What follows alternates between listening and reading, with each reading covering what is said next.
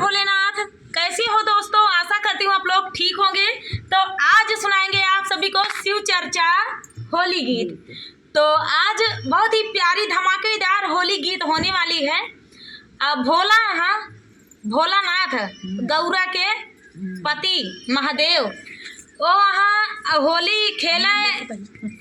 उनका होली तो जान ले विश्व प्रसिद्ध है कि हाँ त्रिपुरारी होली खेले रहन काशी में। तो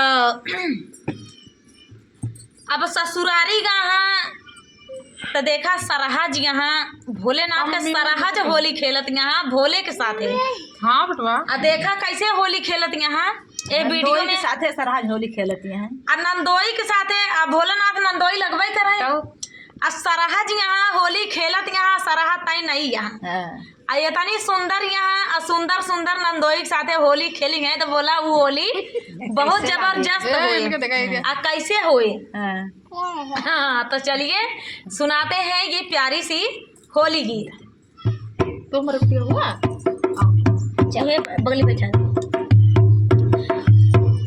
भोला गईले ससुराल भोला गईले ससुराल रंगवाला गवई सारा हाजिया भोला गईले ससुराल भोला गईले ससुराल रंगवाला गवई सारा हाजिया भोला गईले ससुराल भोला गईले ससुराल रंगवाला गवई सारा हाजिया भोला गईले ससुराल भोला गईले ससुराल रंगवाला गवई सारा हाजिया अरे पहिला ही रंगवा जटवा पे डारे पहिला ही रंगवा के जाटा पे डारे जाटा पे डारे हो जाटा पे डारे जाटा पे डारई हो जाटा पे जटा गईले रंगाए जटा गईले रंगाए रंगवाला गवई सारा हाजिया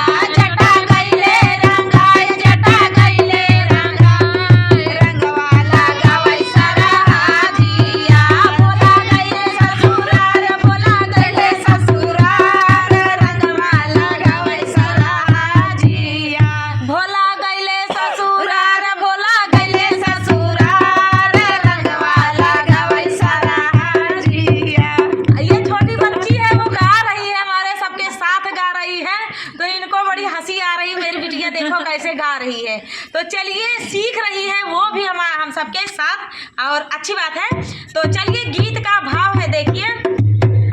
अरे दूसरा ही रंगवन के हथवा पे पड़ले दूसरा ही रंगवन के हथवा पे पड़ले हथवा पे पड़ले रे हथवा पे पड़ले रे हथवा पे पड़ले सखी हथवा पे पड़ले डमरू गईले रंगाय डमरू गईले रंगाय रंगवाला गवई सारा हाजिया डमरू गईले रंगाय डमरू गईले रंगाय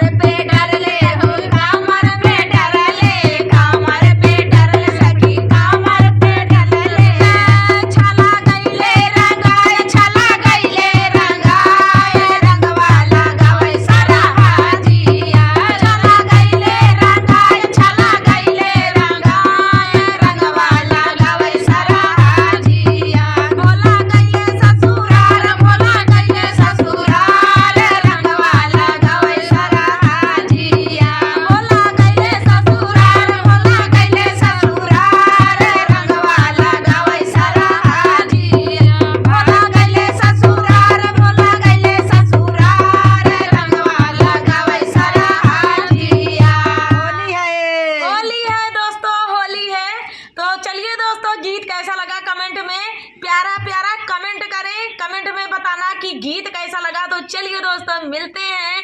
हैप्पी होली एक बार प्रेम से बोलिए शिव शंकर महादेव की जय। जय।